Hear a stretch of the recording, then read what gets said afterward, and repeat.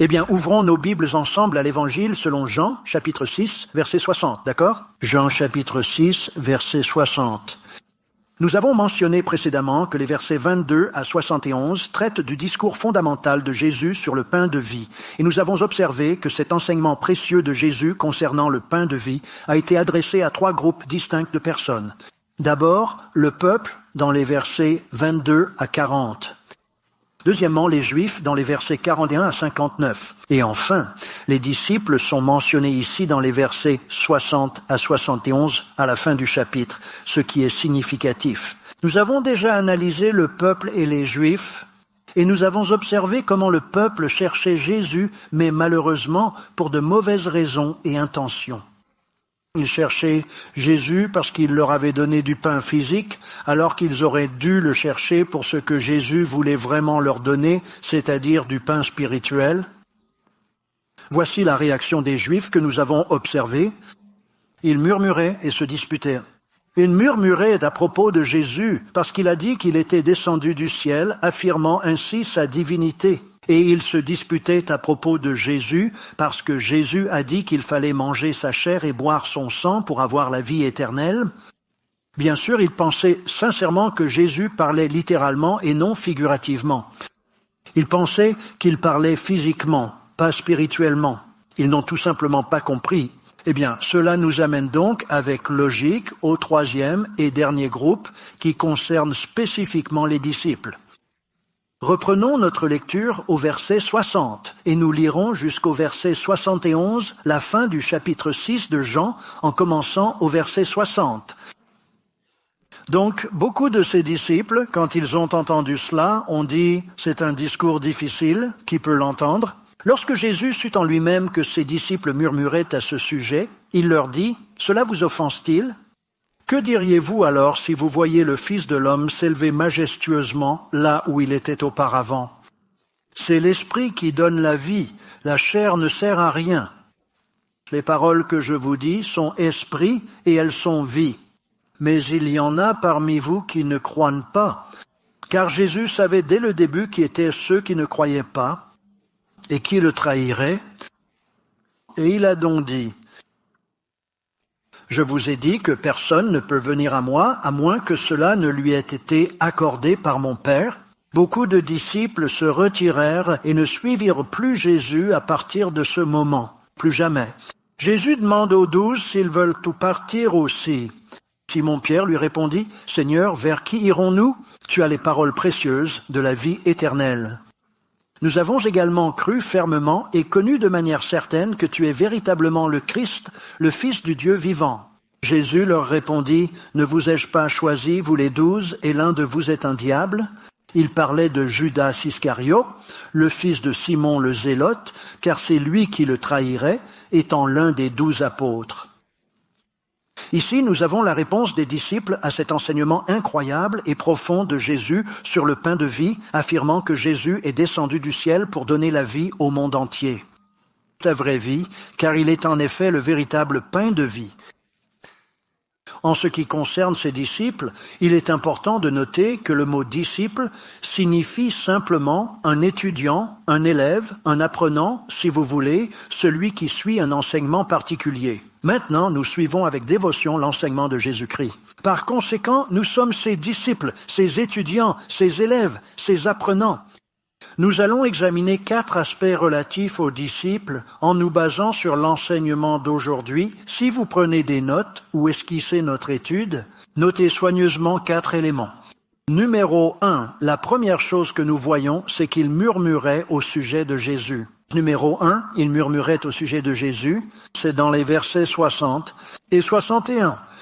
Retournez, s'il vous plaît, au verset 61 mentionné. Descendez au verset 61. Il dit que lorsque Jésus sut en lui-même que ses disciples murmuraient à ce sujet, il leur dit « Cela vous offense-t-il » Donc, ils murmuraient discrètement contre Jésus. Maintenant, c'est exactement la même réponse que les Juifs ont donnée au verset 41. Ils murmuraient aussi contre Jésus. En fait, c'est le même mot grec. Le mot « murmurer », utilisé 8 fois dans le Nouveau Testament, signifie se plaindre à voix basse. Cela parle de se plaindre ou de grogner en secret, pourrait-on dire. Cependant, selon le verset 61, Jésus savait qu'ils murmuraient entre eux en lui-même. Donc Jésus savait en lui-même, avec une profonde compréhension, qu'ils murmuraient contre lui. Apparemment, il ne pouvait pas les entendre, mais il savait exactement ce qui se passait. Et cela fait référence à l'omniscience infinie de Jésus-Christ, notre Sauveur. Jésus-Christ est omniscient. Il sait tout sur l'ensemble de la planète à chaque instant, et cela devrait véritablement tous nous effrayer. Il sait ce que vous pensez en ce moment, et vous devez arrêter. Cela sera fait bientôt, puis vous pourrez prendre votre petit déjeuner. C'est un sujet important. Pourquoi? Parce que vous et moi, ensemble, nous faisons un très bon travail pour cacher des choses importantes aux autres, n'est-ce pas? Nos amis proches, nos voisins, nos collègues de travail, notre famille aimante, je veux dire, ils ne sont pas si brillants. Mais nous ne cachons absolument rien à Dieu. Bonjour, nous ne cachons absolument rien à Dieu. Nous ne lui faisons pas d'illusions. Jérémie 17:10, Dieu a dit, « Je suis le Seigneur ». J'examine attentivement le cœur et je teste l'esprit humain. Dieu connaît les pensées et les sentiments de notre cœur et esprit. Les yeux de l'Éternel sont omniprésents. Proverbe 15:3. Bien et mal observé. Aucune créature n'échappe aux yeux de Dieu. Hébreux 4:13. Toutes choses sont nues et entièrement ouvertes devant lui, à qui nous devons sincèrement rendre compte. Et la leçon de vie pour nous tous est assez simple, mais elle est très impactante, c'est absolument sûr. Eh bien, notez soigneusement la raison de leur murmure. Retournez au verset 60, la raison de leur murmure. Dans le verset 60, il est clairement dit que beaucoup de ses disciples, en entendant ces paroles, ont exprimé leur étonnement et ont dit « c'est un discours vraiment difficile, qui peut le comprendre véritablement ?» Ainsi, lorsqu'ils ont entendu l'enseignement de Jésus sur le pain de vie dans la section précédente, disant qu'il est véritablement descendu du ciel tel un pain céleste et que vous devez consommer sa chair et boire son sang pour obtenir la vie éternelle. Ils ont dit que c'était un enseignement particulièrement difficile, alors qui peut vraiment le comprendre? Maintenant, c'est assez intéressant. Là, dans le verset 60, le mot « entendu ». Et le mot « comprendre », ce sont les mêmes mots grecs. Cela implique une sorte d'application externe qui fonctionne en parallèle avec d'autres systèmes. Entendre quelque chose se fait avec nos oreilles, audible et tangible, ce qui est intéressant car selon le verset 60, ces gars sont appelés disciples, étudiants, élèves, suiveurs de Jésus-Christ. À ce stade, ces gars auraient dû avoir une compréhension spirituelle. Ils auraient dû comprendre que Jésus s'exprimait spirituellement et non littéralement. Pas littéralement en ce qui concerne manger sa chair et boire son sang. Donc, présumément, ce n'est pas qu'ils ne pouvaient pas comprendre. Mais une fois qu'ils l'ont enfin compris, ils ne l'ont pas du tout accepté. Wow! Ils comprenaient les paroles de Jésus, mais une fois qu'ils ont saisi le message, ils ont refusé de l'accepter. Ça vous dit quelque chose? Il y a beaucoup de soi-disant groupes religieux aujourd'hui qui font la même chose. Ils saisissent les enseignements de Jésus. Mais ils ne l'acceptent pas car cela ne correspond pas à leur système de croyance. Cela ne cadre pas avec leur mode de vie. Ils pourraient dire, eh bien, c'était pour l'époque, maintenant c'est différent. C'était pour la culture d'autrefois, pas pour la culture d'aujourd'hui. Et il y a beaucoup de bruit autour de la culture, dirions-nous. C'est intéressant. J'ai entendu un pasteur dire que nous devons changer ou adapter le message de l'Évangile pour l'ajuster à la culture. Vous rigolez? La culture ne change pas l'Évangile, c'est l'Évangile de Jésus-Christ qui changera la culture. La parole de Dieu et le message de l'Évangile sont la seule chose capable de changer l'humanité. Pourquoi? Parce que seul Dieu a le pouvoir de changer le cœur. Oh, nous pourrions éventuellement changer la vie de quelqu'un avec le bon argument, la bonne attitude, les mots appropriés et le ton idéal. Nous pouvons certainement changer d'avis si nécessaire. Mais si nous pouvons changer la vie de quelqu'un, quelqu'un d'autre peut le changer à nouveau.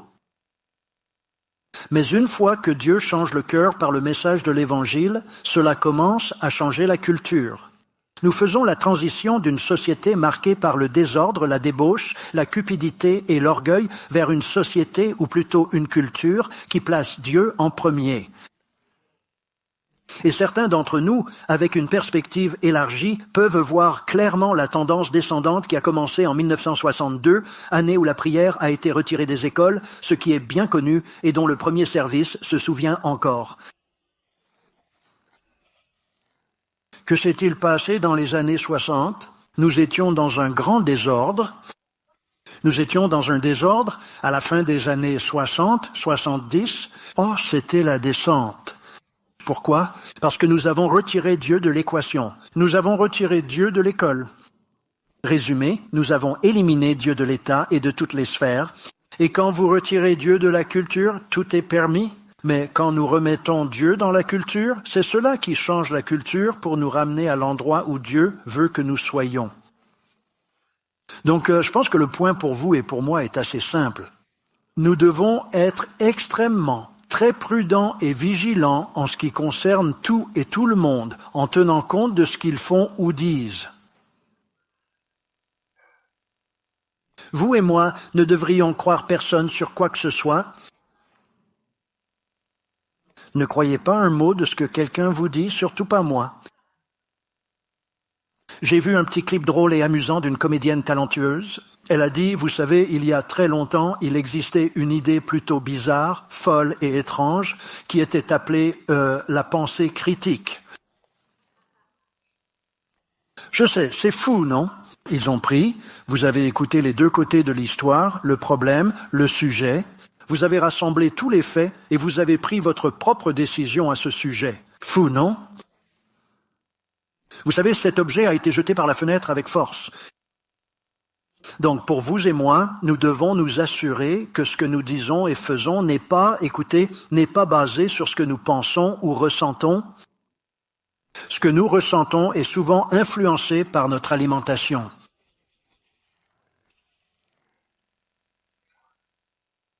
Il est peu fiable de se baser sur les sondages d'opinion.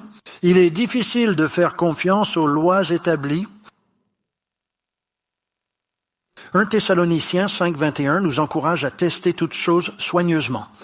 Comment testons-nous tout ce que quiconque dit ou fait? Je pense que c'est juste. Eh bien, cela me fait vraiment me sentir très bien à l'intérieur. Ça doit être juste. Vous rigolez? Nous ne déterminons pas le bien et le mal selon nos pensées ou les sondages d'opinion. Nous basons notre compréhension de ce qui est juste et faux sur la parole de Dieu. Résumé, la parole de Dieu est le dernier recours. C'est la parole de Dieu qui distingue la lumière des ténèbres, le bien du mal, le juste de l'injuste, tout. Nous devons être comme ces Béréens dans Actes chapitre 17, verset 11, qui scrutaient les Écritures chaque jour pour vérifier si ce que Paul disait était vrai. Je veux dire, pouvez-vous imaginer Paul l'apôtre? Voici un homme qui a écrit environ 1/3 du Nouveau Testament en excluant les évangiles. Les intelligents répondent à Paul, « Nous ne te croyons pas. Je ne ferai pas confiance à tes mots, je verrai ce que Dieu en pense. » Ouah! Nous devons être comme les Béréens, tester tout par la parole de Dieu. Retour au chapitre 6 de Jean.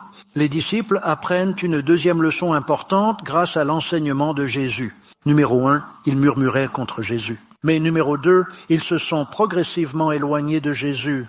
Ils se sont éloignés de Jésus. C'est dans les versets 62 à 66.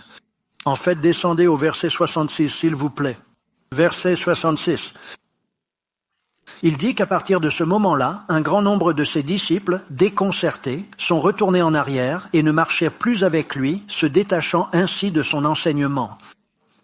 Apparemment, à un moment donné, ils marchaient avec Jésus. Parce qu'il est essentiel de marcher avec Jésus pour vraiment pouvoir s'éloigner de lui. Vous me suivez? Il semblerait donc qu'ils marchaient avec Jésus, puis ont finalement choisi de ne plus continuer à marcher avec lui. Maintenant, certains disent qu'ils n'étaient pas vraiment des disciples de Jésus, qu'ils ne marchèrent pas vraiment avec lui, donc ils ne se seraient jamais éloignés. D'un côté, je pense comprendre cela. Cependant, je n'en ai vraiment aucune idée précise. Qui est sauvé et qui ne l'est pas?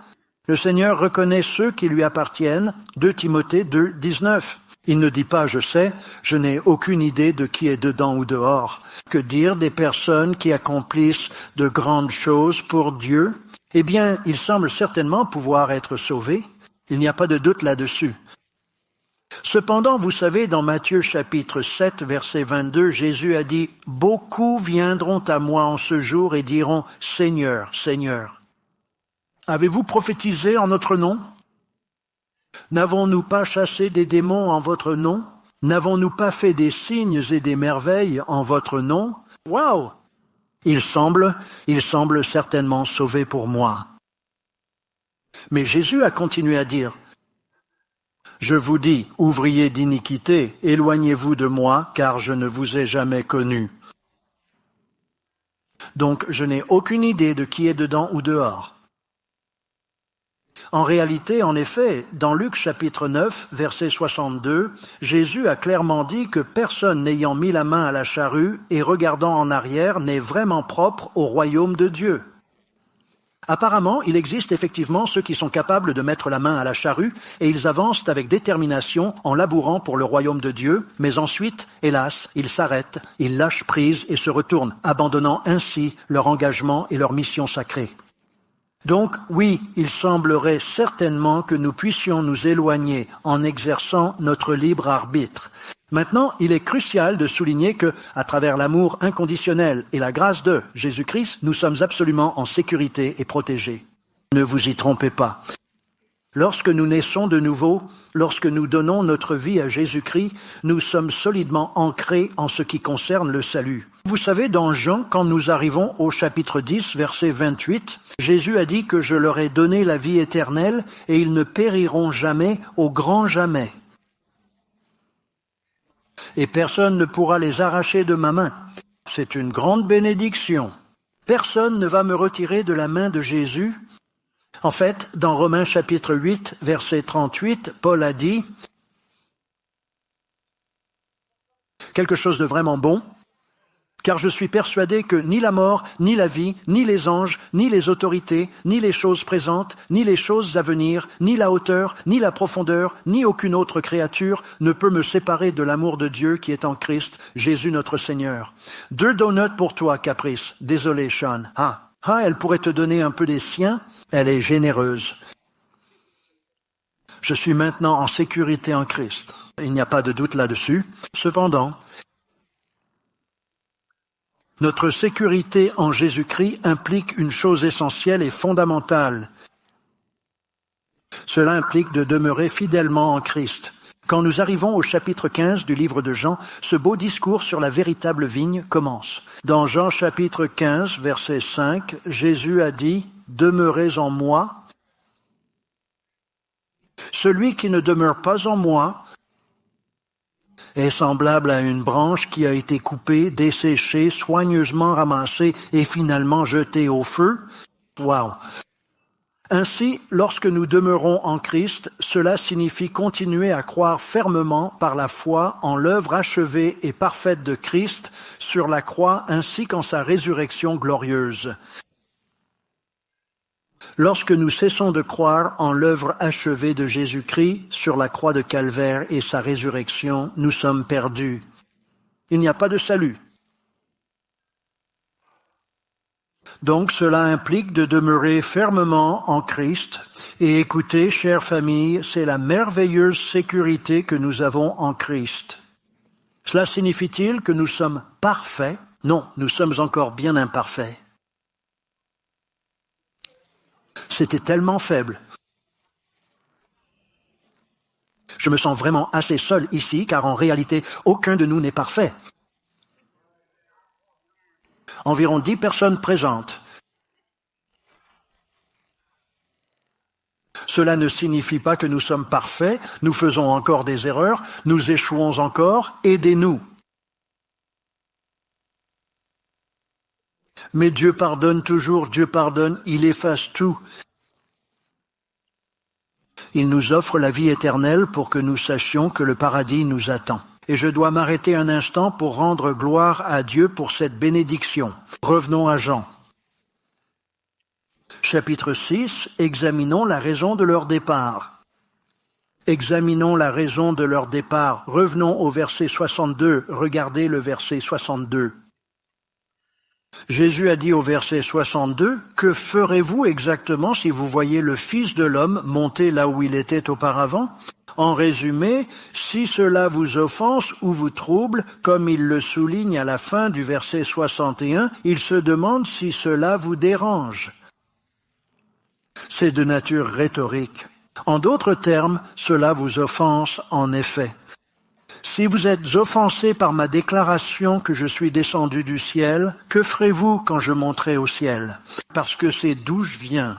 Je suis descendu du ciel, je vais remonter au ciel. En fait, les disciples verront cela dans Actes chapitre 1, verset 9. Ils sont sur le mont des Oliviers lorsque Jésus monte au ciel et 2 anges apparaissent aux disciples et ils disent « Hommes de Galilée, pourquoi restez-vous là à regarder vers le ciel ?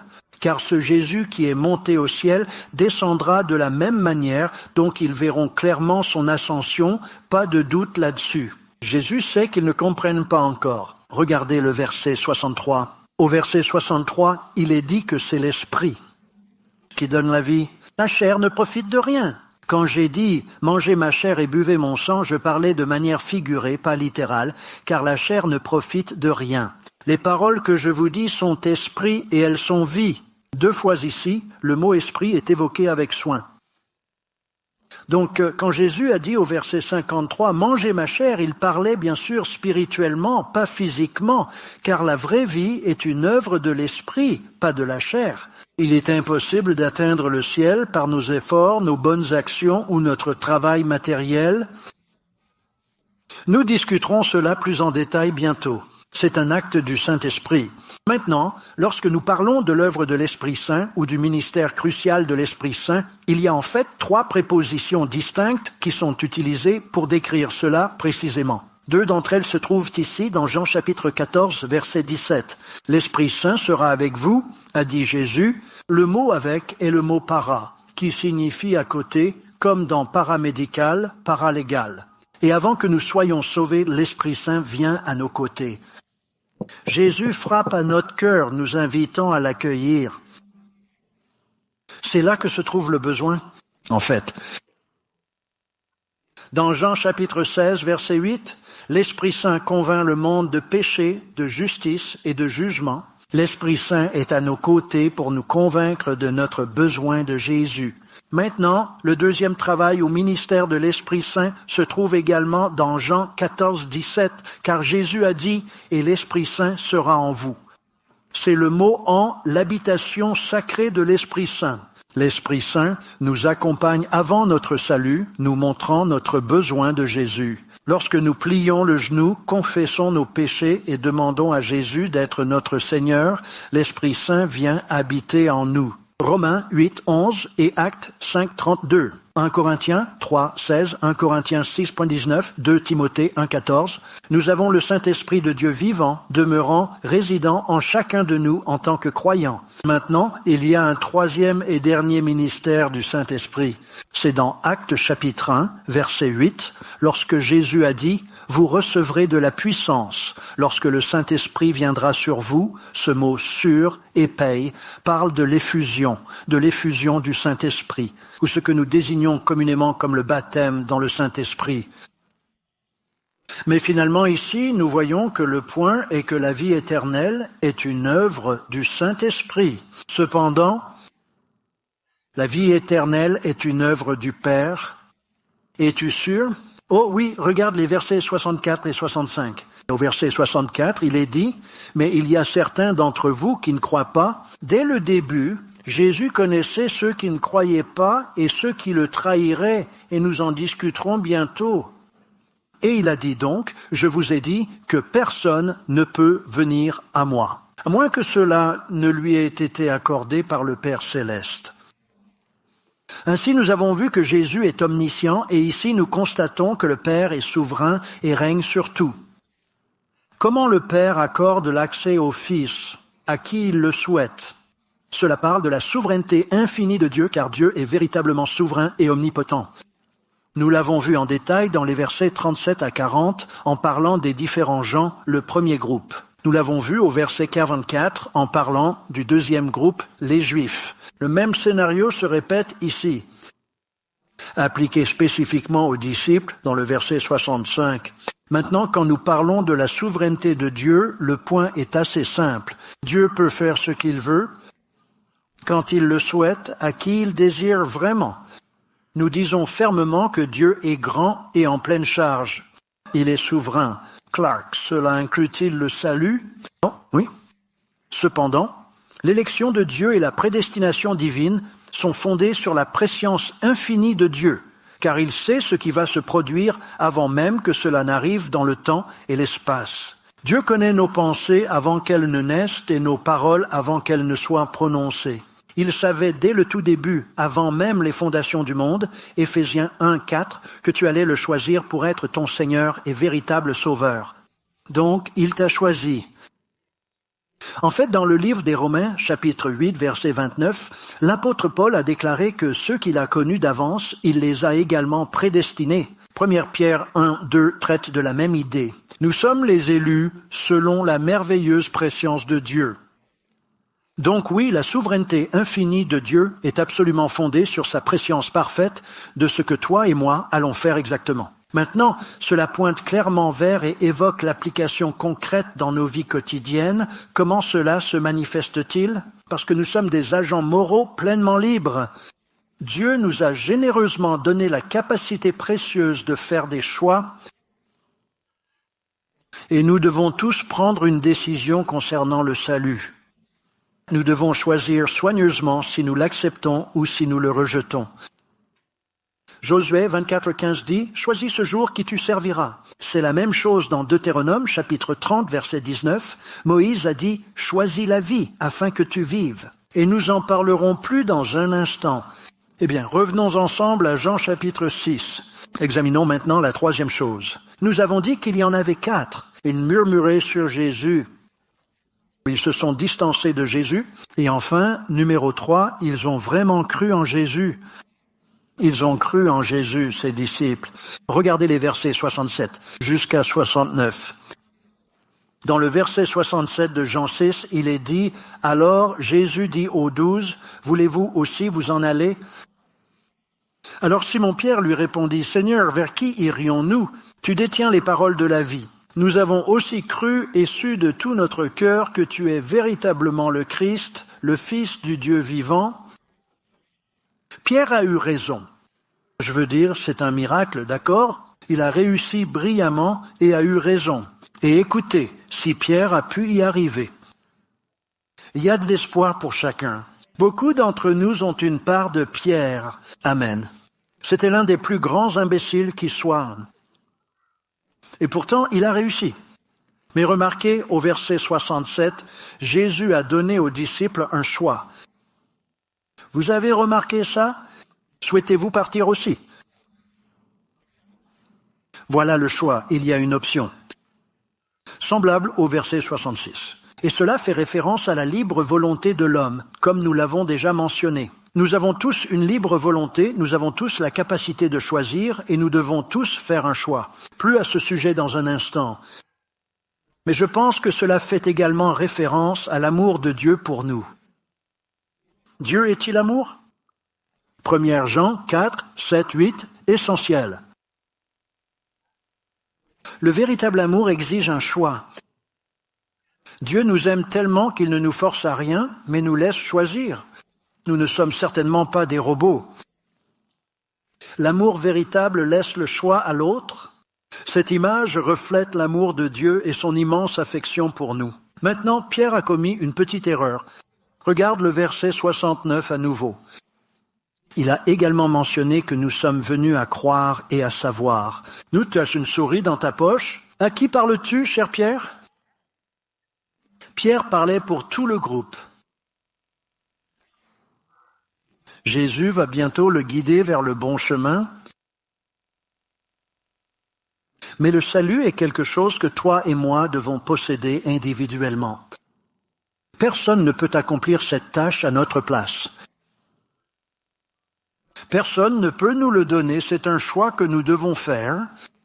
Et cela devient très important dans notre société actuelle, car il y a beaucoup de gens aujourd'hui qui pensent être chrétiens simplement parce qu'ils l'ont hérité de leur famille, ou qu'ils y sont nés, ou qu'ils sont liés à cette foi. Par exemple, je parlais récemment à un gars à l'aéroport. Il a affirmé être chrétien parce qu'il est né en Amérique. Je lui ai demandé s'il rigolait.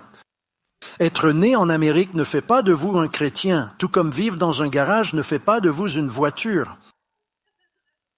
Ou traîner devant la boulangerie ne fait pas de vous, non, pas un donut, je veux dire, pas une tasse, un donut, pas un flic. Maintenant, passons à la quatrième et dernière chose que nous voulons examiner. Nous allons conclure ici. Cela fait référence à la trahison de Jésus par l'un de ses disciples. Regardez les versets 70 et 71.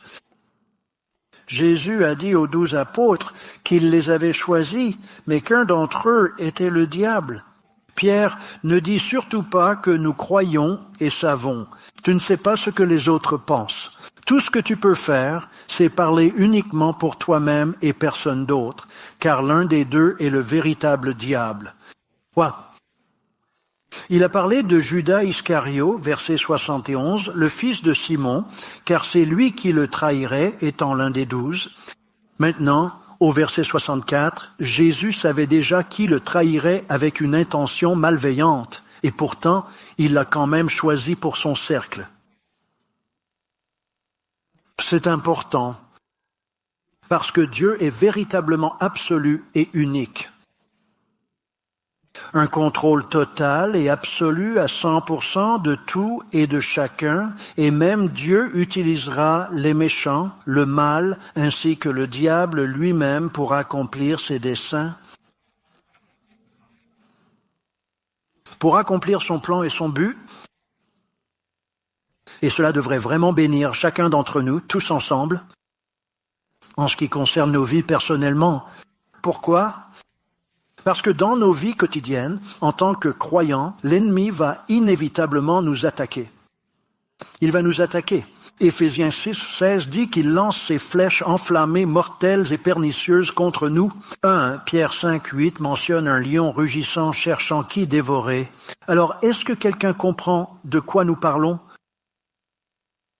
Et on pense alors, oh non, je suis attaqué, les attaques, les ennemis à l'attaque, tout ça est terrible, et quelle misère, pauvre de moi. Et attends une minute. Soit Dieu est sur le trône, soit il ne l'est pas. Que Dieu utilise la méchanceté ainsi que le diable, ou bien il ne le fait pas. En fait, il le fait totalement. Dieu a utilisé le diable pour accomplir son plan divin et son objectif ultime pour la rédemption et le salut de l'humanité. C'est incroyable. Ainsi, Dieu a habilement utilisé le diable pour accomplir le plan le plus important et le plus grand de tous, la mort sacrifiée de son Fils sur la croix du Calvaire, afin que tout être humain ait l'opportunité de recevoir le salut éternel. Maintenant, si Dieu peut utiliser le diable pour accomplir le plus grand plan que Dieu ait jamais eu pour l'humanité, ne pensez-vous pas que Dieu peut utiliser l'ennemi dans notre petit plan pour nos petites vies? Accomplir notre petite tâche ensemble. Cela remet vraiment les choses en perspective. Cela devrait donc nous bénir en ce qui concerne nos vies individuellement, ainsi que l'Église collectivement. Quand l'Église se réunit en tant que corps du Christ, l'ennemi est mécontent. Il s'en prend à nous en tant qu'Église, et nous avons été attaqués de manière répétée pendant des années. C'était incroyable.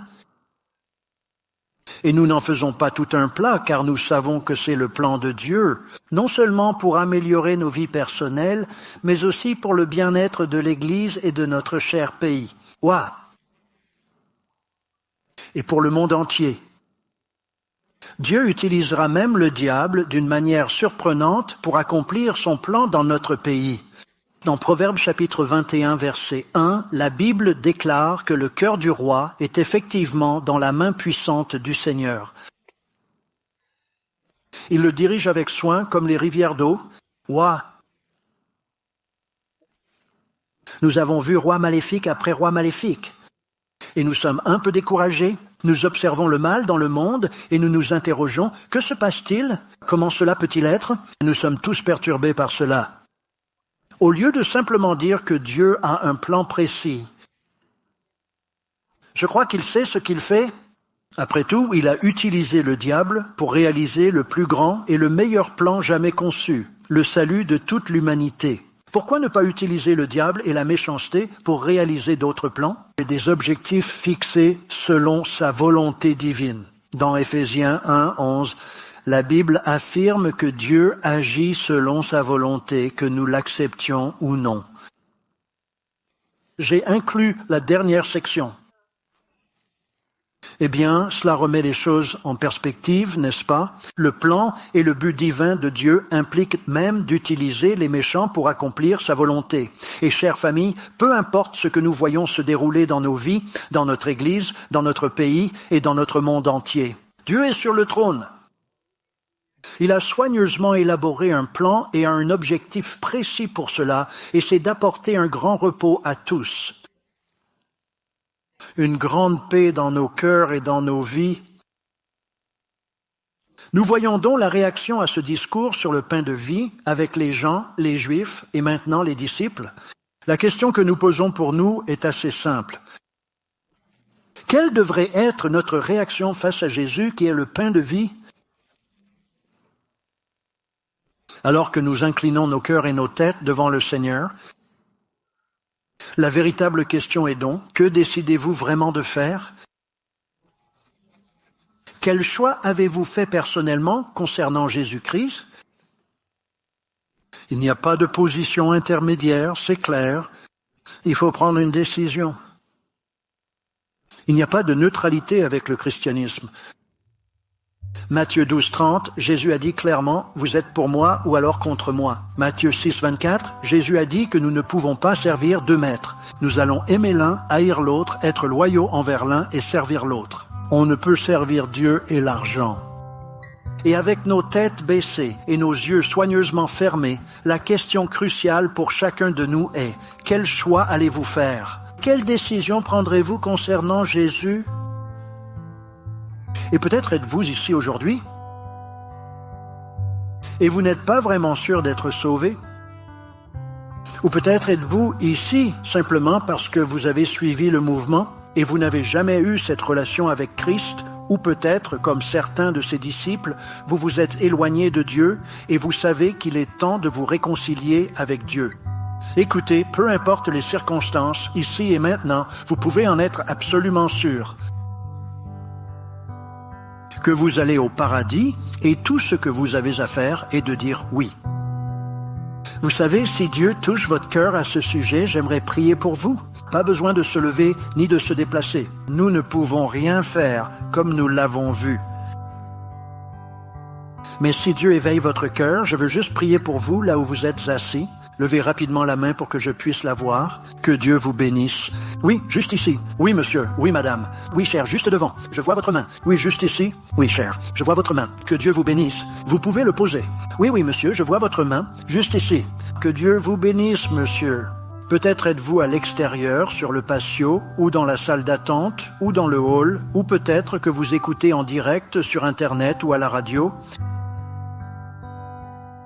Que ce jour soit celui-là, où vous êtes absolument sûr de votre destin éternel.